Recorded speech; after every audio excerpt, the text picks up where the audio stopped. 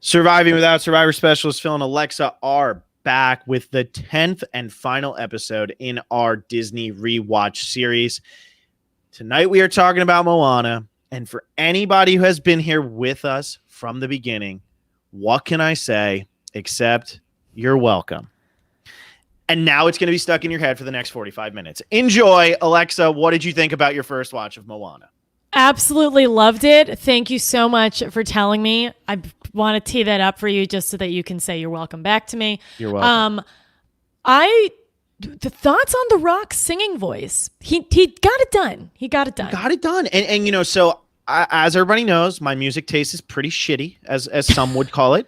And I like people with bad voices. Like, I genuinely do. Like, American Idol doesn't do it for me. Like, that type, like Carrie Underwood's voice, good for you. You can hit a recording studio. You can hit a hell of a no, but that doesn't do it for me. But, like, I like voices where it sounds like either when the lyrics really fit who's singing, you're like, this kind of sounds like the type of person who would sing this song. Or in this case, Maui should not be a good singer.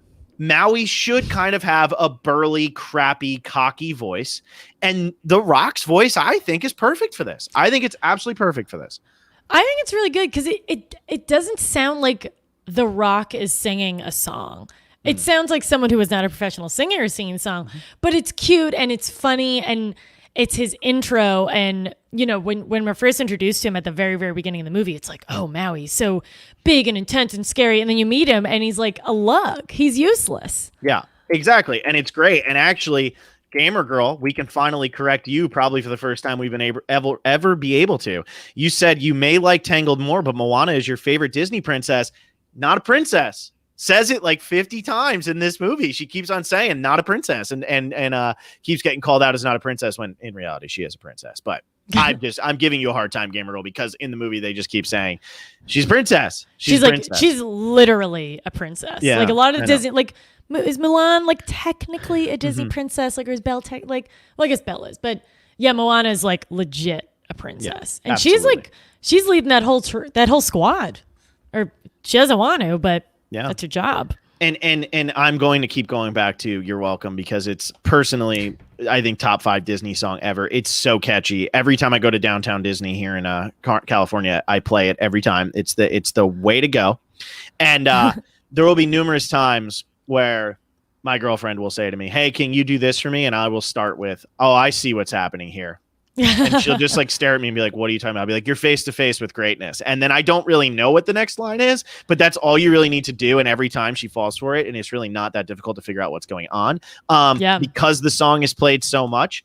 But it's the catchiest song. It's just so catchy. And John Millsip, of course, is in the chat. He was with us for The Princess and the Frog, if you didn't listen to that. And he did not like The Princess and the Frog. And he said this movie was infinitely better than The Princess and the Frog. And I think one of the big reasons why this movie is so much better than The Princess and the Frog is the songs in this movie are so good. And the winks about the songs, like later in the movie when Maui is humming to himself, what can I say? Like, those are just great little moments, and how it's like, I swear, if you start singing a song right now, like it's those little winks are just really, really good.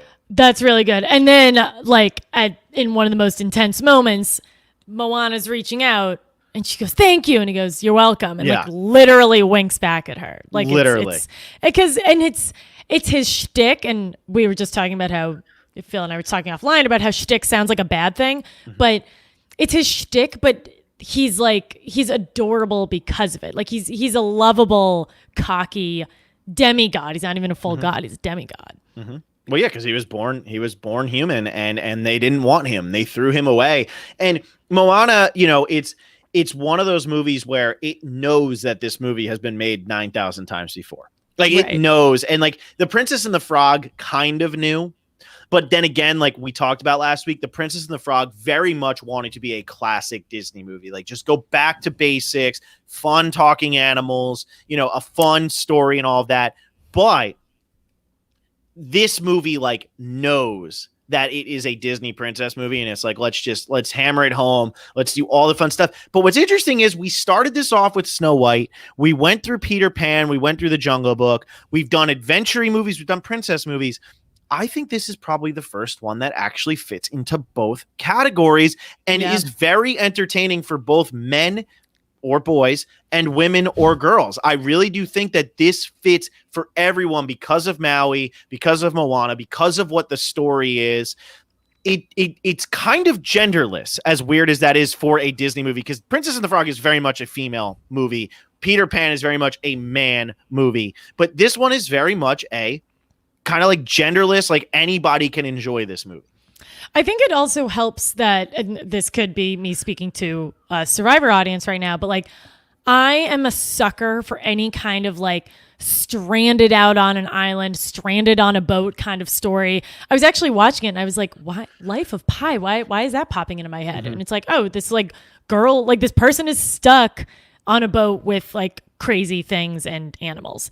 So I think that's where like the sense of adventure kind of comes from. And also the chicken is unbelievable. Best character. Hey. Not a word to say.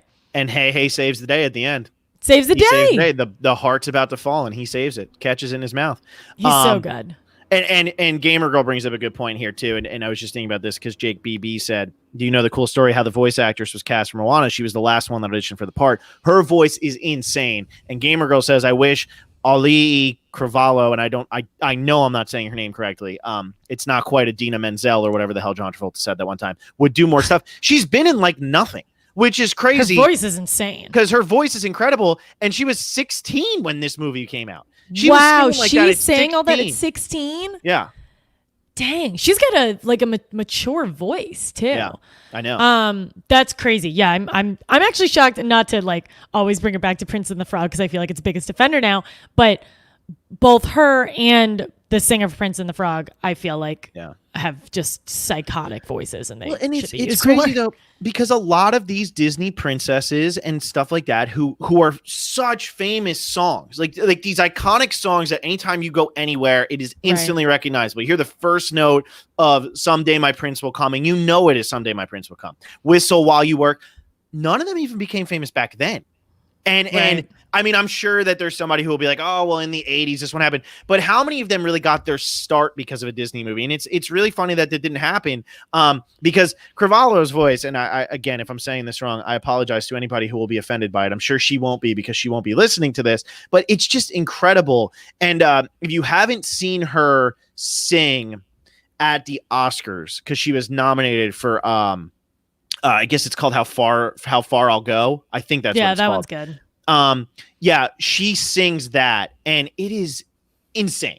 Like it's just it's such an amazing performance. She ends up losing. I forget who she loses to. She doesn't lose to You're Welcome, which is BS because You're Welcome is the greatest song ever written, ever will be, and should have won everything. But yeah, she didn't win the Oscar, but it's an insane performance, and you're just like, man, this girl's going out there and killing it at 16 and just pretty much telling everybody in Hollywood, like, my voice is better than yours, and you're just gonna have to live with that. And the only time a princess or prince or any like main Disney character of that matter is famous is Idina Menzel, but she was not famous because of Frozen. Like Frozen was very much at like a part of her career. It did not in any way start her career.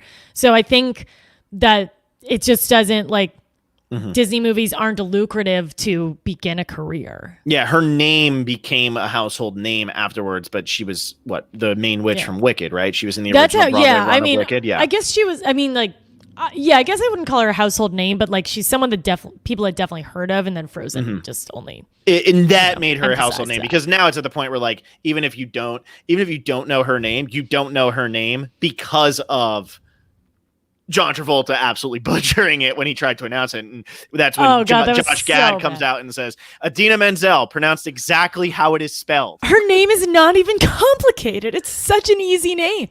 Maybe it's not, sure, it's not Emily Smith, but it is a phonetically sound name. Yeah. Oh, and Gamer Girl says it lost the City of Stars for La La Land. I did forget that La La Land came out that year, so it was kind of unfair. How Far I'll Go never had a chance because La La Land, and people can say what they want about that movie. If you've lived in Los Angeles and you weren't born here, that is exactly what Los Angeles is like. It's a bunch of people who are trying to find happiness and can't find it one way or the other. And so they kind of settle for one, but wish they could have had both, but they can never quite balance both. And people will always say that La La Land is not an accurate portrayal of Los Angeles. bullshit to you. And the only Wait, people so people don't just like stop whatever number highway that is and like break out in song and dance and happiness? Honestly, with how bad the traffic is on the 101 on that exit, because that is the intersection of the 10 and the 101 right there. I've driven on that like a million times. That was my first job. I had to get on that highway every day. I could have gotten out and sang an entire song and done all of that before I moved an inch because it's that freaking bad. So anyway, did you ever see that skit, the SNL skit, the Californians, where all they do is like talk about highway numbers? Yeah. You just like the 405 to the 5 to the 57 to the Malibu highway, whatever. Well, no, it's funny because it is the 405 to so it's I said the 101. I was wrong there. It's the 10 and the 405 intersect. The 101 well, our is more 8 by listeners Los Angeles are livid. The 134 is north. And then you take the 134 to the 57 down to the 134 to 101 to the 5 to the 50. Yeah, okay. Which is exactly what Moana did when she tried to go when she tried first to time and then she crashed. Yeah. And now I'm almost mad we didn't do Zootopia because when you watch Zootopia after living in Los Angeles, half of the jokes in that movie are about things that people don't know how to say in Los Angeles. Like I remember the one joke, Tahunga? I don't know. How do you pronounce it? Kohanga? How do you pronounce it? And those are all just jokes because Los Angeles has names of roads that people just don't know how to pronounce them. And it's just 50-50 on who you're talking to. I wouldn't have known that, but love Zootopia. All of that to say, La La Land did deserve the Oscar, but this girl's voice is incredible. And it's a shame that she had to go up against that. And it's such a catchy song, and it's such everything in this movie is so catchy. And I don't know, it's like a visually appealing, like everything about this movie just works for me. Mm-hmm. And I think the voice acting, I think the relationship between Moana and Maui, it nails it in all aspects, the entire movie. And actually, one of the longest first acts I've seen in a Disney movie in a very long time. And I think a lot of that, I was going to say, I think a lot of that has to go with the fact that Lin-Manuel Miranda comes from Broadway, and Broadway has a very distinct 3-act structure where they take their time still. They don't rush through the first act to get into the second act in Broadway. And I think that's why this does take its time a little bit more. It took a really long time to meet Maui, and I was like, not halfway, but it felt like it. But there was a lot of like, it's her as a kid, and there's that really cute scene where she's like going for the shells and the water is like kind of playing with her, and then she goes up to the top and doesn't put the rock up there. There's really also the rock, maybe they're playing with something there because the rock also ends up in the movie and they put the rock on top of the mountain. Think about that. Big brain over here. He's Dwayne Johnson now. He's Mr. Dwayne Johnson to you, Mr. Tooth Fairy. But it does take a while, but it doesn't in any way feel like it's dragging, because even then there's like there's the tension with her dad, and there's a relationship with her grandmother, and her mom's helping her. So there's still, even though it's not so much the funny relationship, it builds up into leading into Maui. Yeah, absolutely. And I think it's good because when you get to Maui, it feels good to have Maui. And you don't, we just talked about it in The Amazing Race, too much Michelle and Victoria. We talk about it with Angelina or Abby Maria. Sometimes you just get too much. But on this, you don't get too much Maui. And I think that's a smart move they made. A whole movie would have been too much. Would have been too much. It's kind of like when they did The Lion King 1.5. I think it's hilarious, but a whole movie of Timon and Pumbaa is not necessary. It is not necessary, and so I do think that this works. I think, they built it up and that Maui's going to come in because of the intro and how he stole the heart, and that's what's going on and all of that. But, I think it did a really good job of taking its time, getting us to know the village and her discovery of like, we were wayfarers. Are you kidding me? Gamer Girl brings up a good point. Maui is Suri. You can never get too much. That could very well be a case. Very here. fair. Right. Very fair. Very fair. But, yeah, I like the way that it kind of takes its time and it's just fun. It's just a fun movie. Like that it also is like 2 sets of villains, which I guess we saw in Peter Pan a little bit, but we have those villains who are like the coconuts in the boat, for lack of a better term. I don't know exactly what they had a cute name for them. That was like a whole scene, and I was kind of waiting for them to come back in the end of the movie. But I think the villain itself is really good too, because it's a villain that has a purpose. And at the end, it's not just like murder the bad guy. It's like bring peace back to the island and bring peace back to all of the other islands. So I thought that was a really good message too. Yeah, really the bad guy is like a non-entity in this movie. You know, like Right. They have to go get the bad guy. Yeah, it's very much just like a thing that happens. Like it's just it doesn't happen until they actually try to cross over to save the island. And really, it's what the whole metaphor for like we have killed our land and we must restore it. Like it's a little hammer to the head, but you know, it's hey, like, whatever. Yeah. It's like, wait, gigantic ball of angry fire. Oh, but then it becomes like a really nice green island. Like, and now you'll never look at an island from a boat again and not see a human laying down, because it really kind of does look like that. Yeah, it totally does. I know. I don't know. There's some word, I don't know if it's called like thalassophobia or like megalophobia. It's like the fear of things that are really, really big. I got like a little twinge of that when she like Mother Earth or whatever her deal was, like laid down and became an island. I was like, oh crap, that's gonna freak me out the next time I see an island. Right. Which isn't often, but you know, if I do. I mean, I hate to tell you this, Alexa. Hawaii? Alexa, you live on an island. I do. And you know what? There's nothing cleaner than the island of Manhattan. Yeah. I was just going to say, I mean, maybe it's not quite as green as like Oahu per se. It's when I'm standing in Brooklyn and overlooking the beautiful green lush buildings of Manhattan skyline. Hey, it reminds me every time. I'll say this, at least you can see the tops of the buildings in Manhattan. Out here in LA, the smog covers it all. You can't see a damn thing. And especially with the fires that have been rolling through, you wouldn't even know that buildings were there. Well, yeah, Mother Earth, exactly. I mean, hey, this is a good message for everybody. But even the song that does play earlier on, very good song. The one about like the island and how like, you know, they never leave and all of that. I forget what that one's called, but it's a fun song. It's catchy. It gets in your head and it doesn't really go away. And again, you have Lin-Manuel Miranda, who is one of, if not the best in the game at doing this kind of stuff. And while I didn't necessarily like Mary Poppins Returns because I thought it was just like garbage and his accent was dumb. Garbage. His accent was pure trash.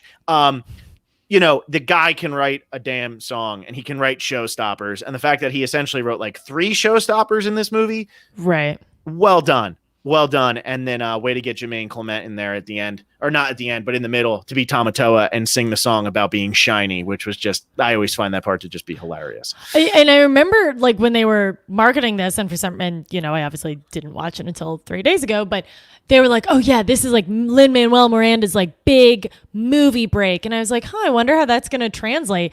And I was waiting for him to have like a huge character or a huge presence, but he really just sings like 1 or 2 lines in a very early on song. But I guess, you know. Yeah, which song does he singing? Because I didn't even realize that he sings in this. I don't remember the name. Someone pointed it out to me. They told me to look out for his voice because he has a really distinct sounding voice. I don't know the name of it, but it's the song where I think it's when she goes down into the cave and like sees like all their ancestors. And it's like a bunch of guys on a boat singing. He has like 1 or 2 lines. Gotcha. So I guess We Know the Way is the song, because How Far I'll Go. I think it's that one. Yes, because How Far I'll Go is the song that he sings when, or that she sings when that. Where You Are is the song about the village. So it must be We Know the Way, because I'm reading these and they're in order. And then You're Welcome is the one after that. So obviously that has to be after they leave. So that must be what it was. But didn't realize that. Now I know. Yeah. Now I know. So, actually, it says here, You're Welcome featuring Lin-Manuel Miranda. Maybe he has a line in that at the end. Might have to give it a little. I might have to give that a re-listen and then have it stuck in my head for the rest of my life, which for the rest presently is. It is so catchy. So catchy. It does not catchy. Go away. We need to watch like a Disney movie that doesn't have music. So because I've had some Disney songs stuck in like. Last week it was Almost There. Like it's always just with whatever I just watched. So I need something to reset my brain. It's so bad because obviously right now we're not doing much socializing, but like I would always think about Speak for yourself. Yeah. Oh wow. Okay. Alexa killed somebody. But so when you like, you know, there's nothing worse than like when I would be like at Miami walking around and like you have a song stuck in your head, not really thinking about it, and then you're like, what was I humming? And then like all of a sudden you're like, damn, I had like hi ho in my head, and like I was almost like audibly doing that, like I'm like walking levels around was in my head, like I'm walking around thinking I'm pretty cool, and then you're like, ugh, like what was in my head right now? And so like I don't feel that way about You're Welcome. I think You're Welcome is a man song, or Be Prepared, you don't really feel that way, but like there was a whole day at the beginning of October, I had Under the Sea stuck in my head.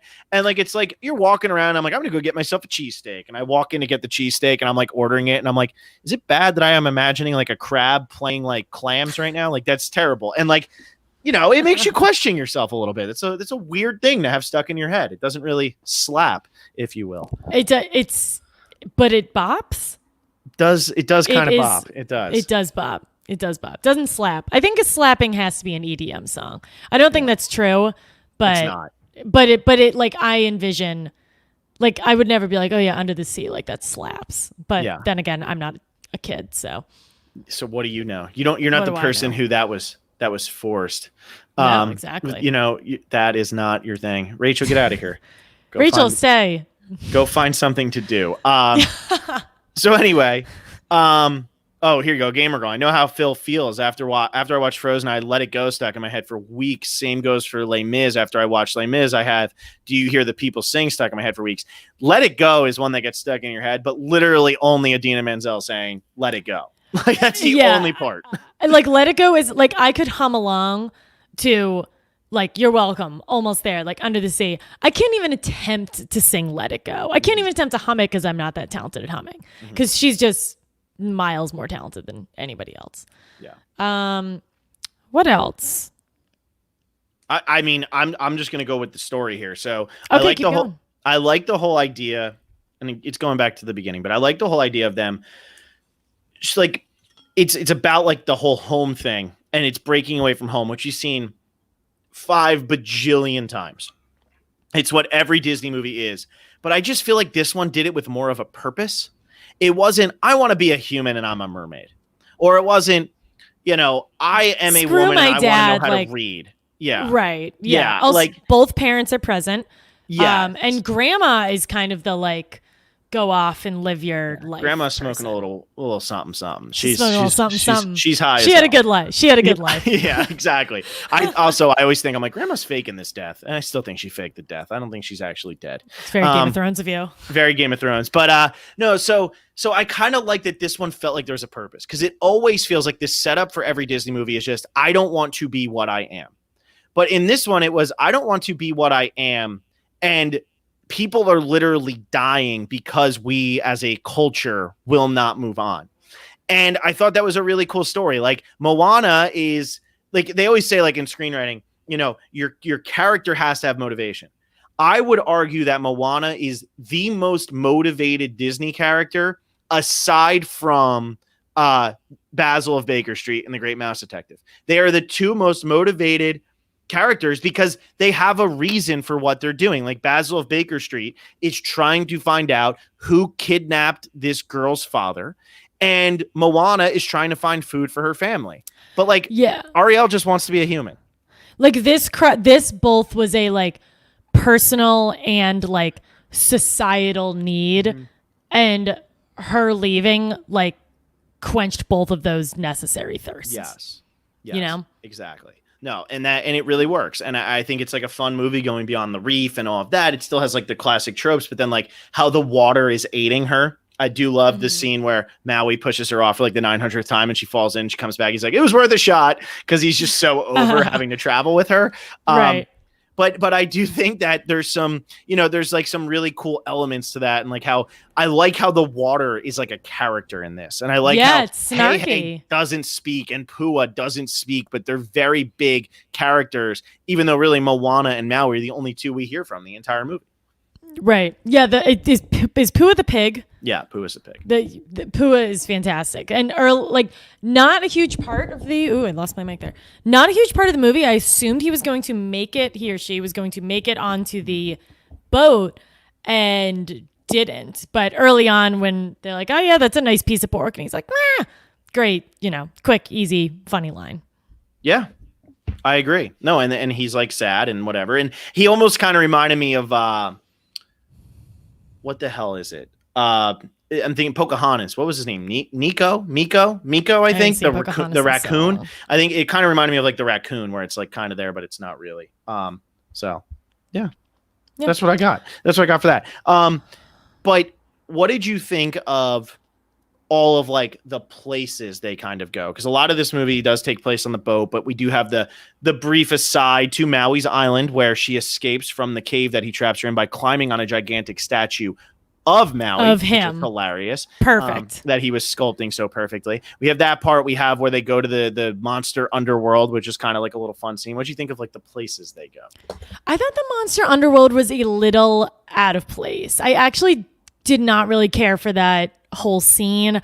That song didn't do it for me.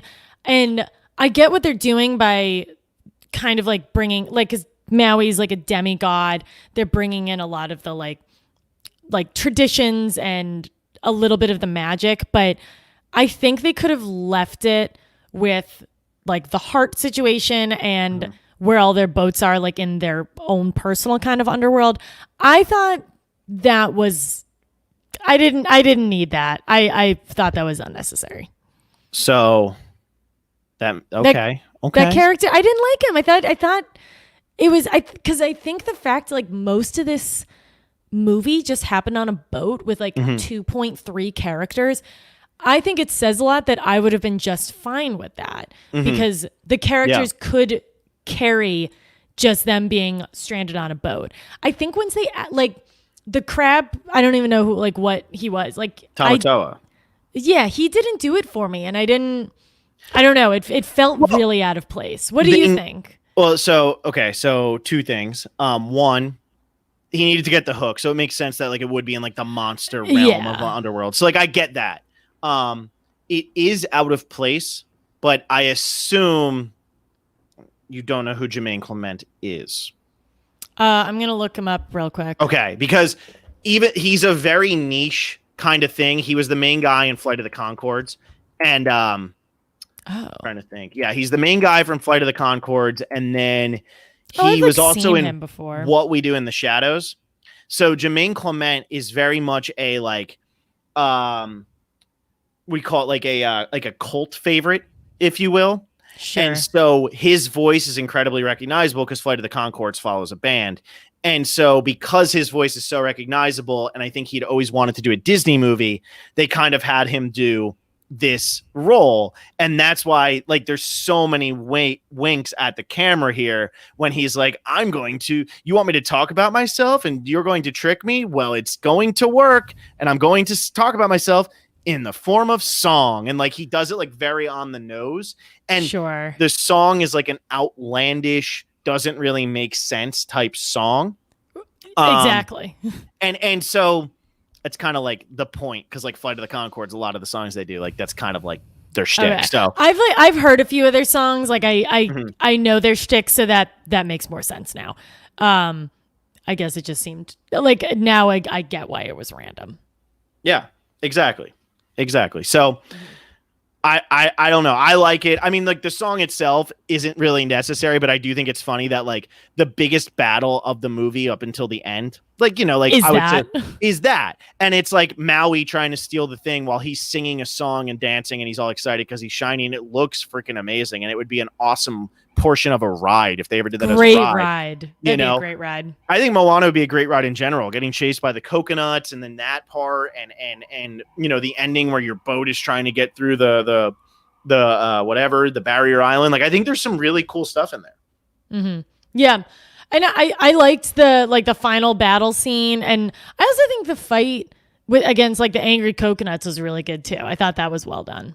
Yeah, I thought the angry coconuts are great because they just start off. It's like, oh, they're just coconuts, and they put on like their angry face. I always love like little things like that, and how they're just attacking them the entire time, and then they disappear forever. Yeah, like there's no reason for that. Like they never come back. Nope, they just outrun them. They just keep going. Yeah, no, I like.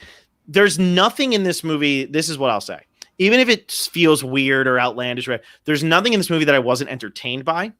Definitely. And I think that's the biggest thing for me. And I think that's what I like the most about it is like, you know, even Shiny, like, yeah, it's weird and it feels a little bit out of place, but it entertains me. Like that scene is just such a ridiculous scene. And like, we see Moana like get stuck in a tongue that then gets eaten by the giant thing. And like, we see the thing shoot up and that ends up being how they escape anyway. And you know, all of that. It's silly. Yeah, it's silly. And you know what? You can have a really silly scene in an otherwise, you know, pretty, I mean, even though obviously it's not, but it's a pretty realistic Disney movie. You know, like you have a person and a demigod, and like they're traveling to try to like restore peace to like their people. And yeah, they do it by putting a heart in, but it's like a good sci-fi Disney movie where it's not like nobody, like it's not like a human is a beast and you must change it into another human or something. Like, you know, it kind of, it's not hard to explain this one.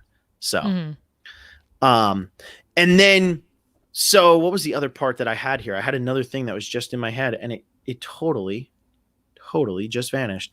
But yeah, I guess they haven't really been able to do too much with this type of stuff at Disney. I know that, like, you know, they have the Polynesian resort and stuff and they use it at Aulani, but I don't know. Has anybody been to Aulani? Like, is that something people do? I feel like if you're going to go to Hawaii, why are you going to Disney Hawaii? Don't know what that is. Yeah. Aulani is Disney's Hawaiian resort. Oh, but my question is like, if you're going to Hawaii, you probably want Hawaii. And if you're going to Disney, you're looking for something very different than Hawaii. So like, why go to Aulani? I never really understood that. I mean, probably because like for East Coast people, getting to Hawaii is a whole thing. So getting to the Florida version of that is a little easier. Yeah, but Aulani is in Hawaii. Oh, yeah, like it's their Hawaiian resort. Like they have a Polynesian resort, which makes total sense. I would stay at the Polynesian resort if I had money. Oh yeah. But no, I'm saying like what, like it's in Hawaii, but so like Moana is like their big appeal in terms of Disney character or whatever that is there. So yeah, I just think yeah, that is weird. Yeah, and it clearly didn't work. That's what I want to talk about. Maui's tattoos. Best like side character ever. They remind me of, I don't know why they, well, I guess maybe like the like ancient Greek like hieroglyphic look. They reminded me of the Fates a little bit. They were great. When he gets the tattoo of Moana, I started crying, obviously. It's just, they're funny. They're kind of like, hey, they had a personality without communicating. And there's like with the water, with the chicken, with the pig, like the tattoos. Checking off the things for Moana instead of him. Like it's just like, it's so good how they're able to incorporate a lot of personalities when there's really only two main characters. Yeah. No, they do a really good job with that. And I like the idea of like the tally marks and you're like, oh, he just gave one to Maui. Like, what does that mean? And then it's like she falls out and lands on him. And like, then she falls off and Maui literally goes, oh, she's dead. And then just keeps walking like it doesn't even faze him. Like, those are fun aspects to the movie because Maui doesn't want to do this with Moana. Like he wants to be the hero. That's what it's all about. And like, it's fun. Like when the tattoos are cheering for him, you know, Maui, like those are fun little moments that, you know, like when we had John Millsap on last week, he wasn't huge on The Princess and the Frog, obviously, but these types of little things were missing from The Princess and the Frog. And I would even argue they're kind of missing from like Peter Pan and they're missing from The Jungle Book. Like these types of really that's just a very modern, I feel like that's also a modern sense of humor too. True. Like it's I don't like think naming it. Yeah, like I think the winking doesn't really happen a lot in your like classic Disney movies or even your 90s Disney movies. Yeah, absolutely. And you know, I mean maybe that's like a more modern thing, but it's like they're using every element that they have at their disposal. You know, you're using the markings on a man's body as a character. Like you weren't doing that back in the day. And maybe that's just because the technology now and you can do it as a, you know, CGI instead of just regular animation or whatever. But, you know, you're having fun with everything the eye is seeing.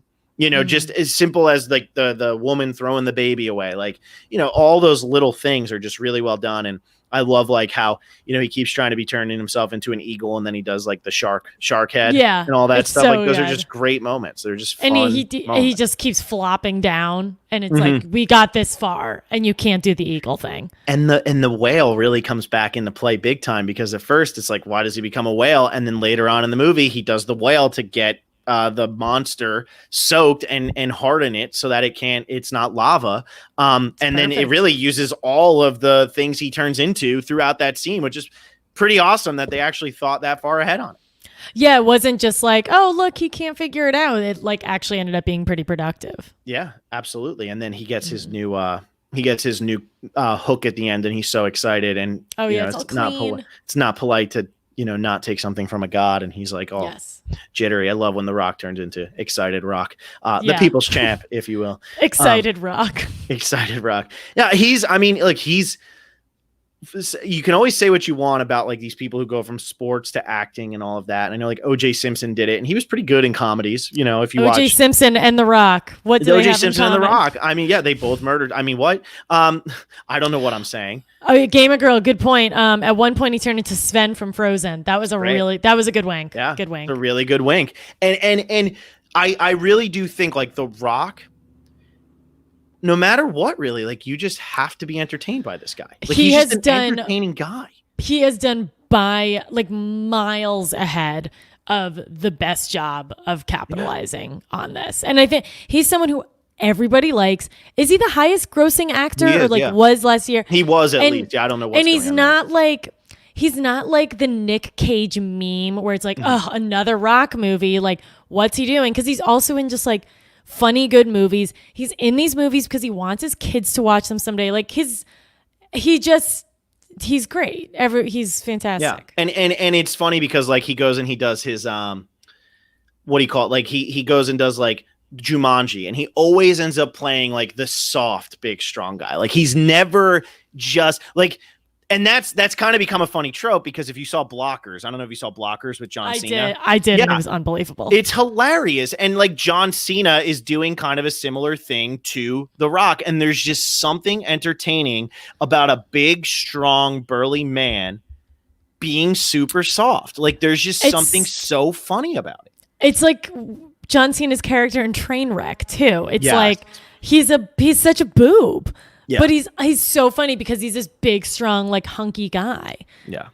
Blockers So, is one of the funniest movies ever. Maybe we do a Blockers podcast. That movie is I would do that. Hilarious. That movie's I love unbelievably that movie. funny. Totally not appropriate to be talking about on this podcast, but that scene is so amazing. And it sure is. Just that one scene. But anyway, Moana, I feel like it's a fresh way to end it. I feel like it's a good way to end it. And I feel like it really is like, even though it's not the most recent Disney movie to have come out, I actually forget what the most recent one is at this point because I just can't keep up. But this one came out in 2016, so only 4 years ago. But it's like the complete – it really does show how far the movies have come since the first one, which was Snow White and the Seven Dwarfs, which is where we started. Right. Even though we only did 10 of these episodes, like they're the same – but they're like not like it's still the same thing of like a princess and all that. But Moana doesn't need somebody to come and like kiss her to save her and wake her up and do all of that. And the relationship with Maui is a lot more humorous and a lot more equal rather than like Snow White having to like teach the men how to just be like normal human beings and stuff. And right. like it's kind of the same, but it's kind of different. And look, I enjoyed doing this series a lot, and I think Moana I mean if I was like talking about these, like Moana is really like my favorite modern Disney movie. And I know a lot of people say Tangled, and I think Tangled's amazing, but to me this one just like it has everything, and like how far I'll go and stuff. Like you can get amped listening to that song, like yeah, you know, that's something that like you can like that's like an inspirational kind of song, which you're not always getting that from Disney movies. Like they'll try and be like, oh, that was a good scene. But like, that's like a legitimate song that like, you know, I always like to think about like my one friend used to tell a story about how they went to church with their parents and no, not church. It was actually, they were going to a religious school for college. And so like they had to go to church at the beginning of that. And when they went to the church, everybody was singing The Climb by Miley Cyrus, like as if it was super inspirational, which like obviously that song is like not, but like this song, like I'd be down to like sing this in a church and be like let's go, I'm ready. Oh yeah, like, this is like an inspirational song. Yeah, it's good, it works, and yeah, that's all. That's what I got.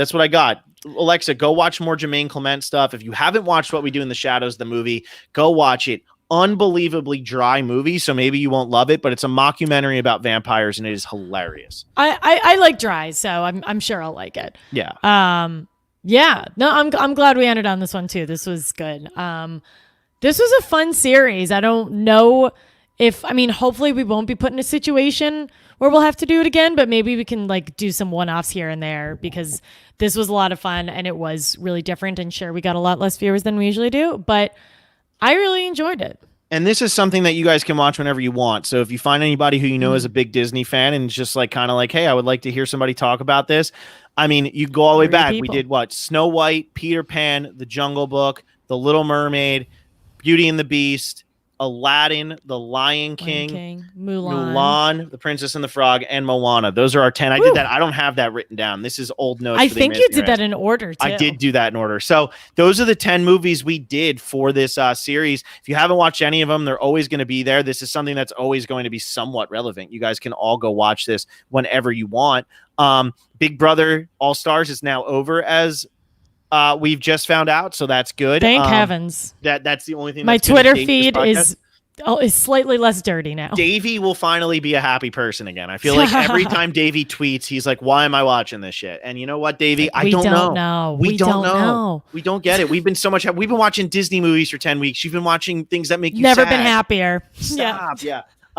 So yeah, no, this was a lot of fun, and as we wait for Survivor to come back, we're going to be doing a lot of different kind of series. Some of them will probably be a lot more based around Survivor, but we just kind of needed a break and we didn't really know where to turn yet. And we wanted to kind of just do something that would be fun and take our minds off of everything that was going on. So if you have any friends that you think would be interested, tell them to go watch it, because it's 10 parts and it's always going to be there on iTunes and YouTube for them to watch. I don't think we ever said anything inappropriate enough to get us taken down. So, that's what I got. No, Alexa? Just all we've done was be like, is that like that? They did that. They sold that in movie form. Okay. Sounds good. Yeah. So, I mean, we've had a really packed week. We talked to PG on, God, was that Monday or was that last night? That was Monday. It was only 2 days ago. Yeah. We talked to PG on Monday, which was awesome. She came with a dirty martini on a Monday night, which is a mood that we're all having. Mm-hmm.